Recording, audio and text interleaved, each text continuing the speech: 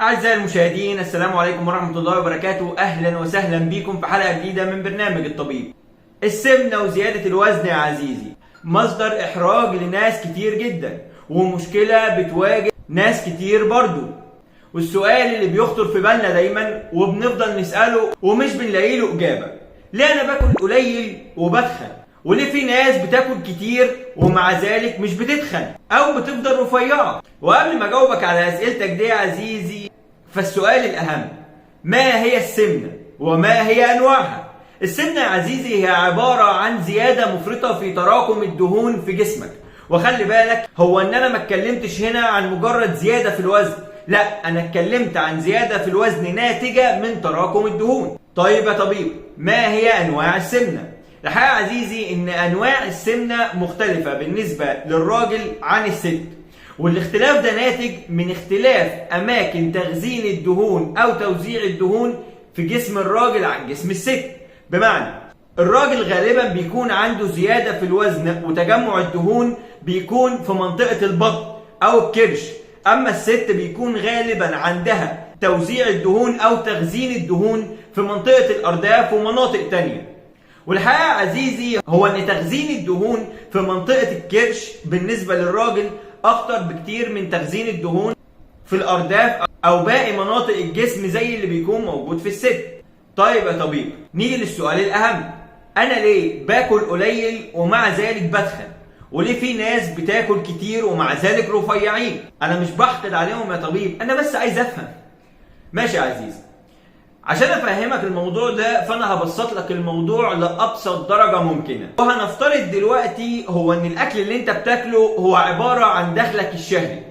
فلو أنت دخلك الشهري كبير فأنت هتصرف منه كتير وهيفيد منه شوية، أنا هخزنهم عشان أرجع أستخدمهم بعد كده. أما لو دخلك الشهري قليل فأنت هتصرف منه كتير ومش هيفيد حاجة تخزنها. وده اللي جسمك بيعمله بالظبط. لو أنت بتاكل كتير فجسمك هيبدأ يخزن كميات كبيرة عشان يرجع يستخدمها بعد كده. ولو أنت بتاكل قليل فجسمك مش هيلاقي حاجة يخزنها عشان يرجع يستخدم بعد كده. تيجي انت راضد عليا وقايل لي: طب انا مش هاكل خالص يا طبيب، انا هقلل اكلي خالص بحيث ان انا اخس بسرعه. لا يا عزيزي، مش بالظبط كده. الحته دي بالنسبه لجسمك مختلفه. ليه؟ لانه لو ما تعملش معاها بالاختلاف اللي انا هقول لك عليه ده، حياتك هتتاثر بسهوله. لو انت مشيت على رجيم قاسي يا عزيزي او قللت اكلك قوي، جسمك هيقلل الحرق قوي عشان خاطر يوفر وما يخلصش كل اللي عنده، عشان هو مش عارف الوجبة الجاية أو الأكل الجاي جاي إمتى، وبالتالي وزنك مش هيقل. طيب، الحل يا طبيب: أنا دلوقتي المفروض أعمل إيه عشان أخس؟ المفروض يا عزيزي عشان تخس تعمل الآتي: هو إنك تبقى بتاكل بانتظام. يعني هتاكل مثلا 3 مرات في اليوم عادي، فطار وغدا وعشاء. ولكن الفكرة في أنت بتاكل إيه؟ انت هتقلل من اكلك للكربوهيدرات والنشويات وهتزود من اكلك شوية للبروتين والخضروات. في الحالة دي انت بتسد جوعك وفي نفس الوقت ما بتاكلش اكل فيه كربوهيدرات ونشويات كتير، ودي اللي بتزود اصلا من الوزن سريعا جدا. وفي نفس الوقت البروتين هيوفر مصدر للطاقة لجسمك، فبالتالي جسمك مش هيكون مضطر ان هو يخزن، بل عادي هيحرق اول باول. فمع الوقت يا عزيزي انت هتكون كسبت حاجتين: الحاجة الاولى هو انك هتكون قللت وزنك، والحاجة التانية هو انك هتكون اعتدت على ان انت تاكل كميات قليلة، ومش شرط ان انت تاكل نشويات وكربوهيدرات كتير. وبالتالي الصورة دي او النظام ده هيساعدك ان انت تحافظ على وزنك بعد ما تخس. طيب يا طبيب، انا باكل قليل ومع ذلك بتخن وانا مش عارف ليه.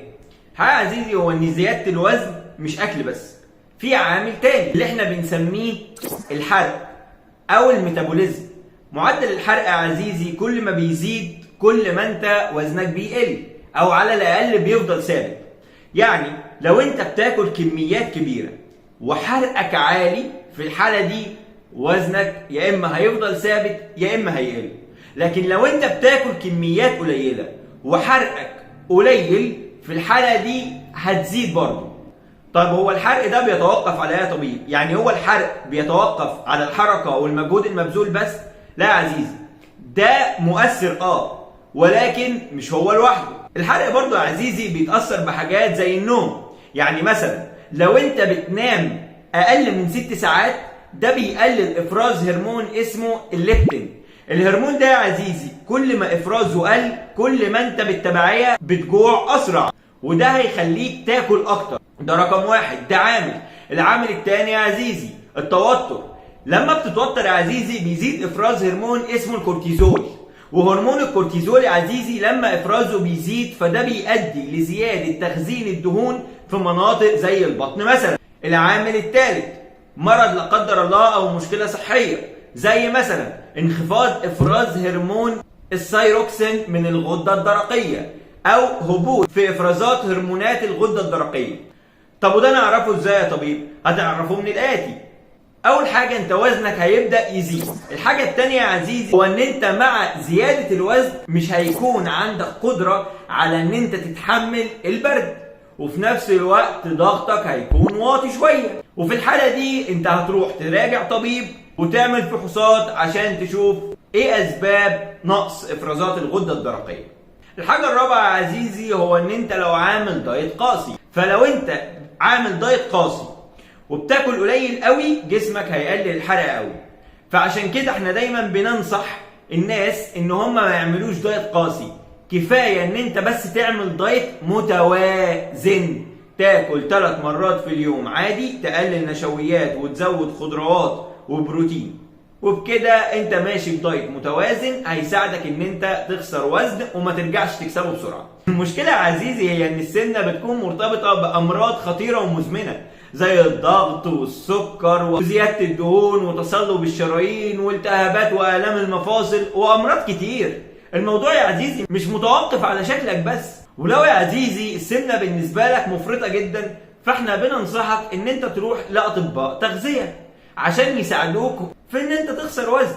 والفكرة يا عزيزي مش في ان انت تروح جيم، لا، انت ممكن تبقى بتمشي في اليوم 30 دقيقة بس نظام غذائي متوازن فتخسر وزن برضه.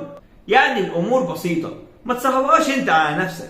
في النهاية ما تنساش تعمل لايك وشير واشتراك في القناة. سلام عليكم.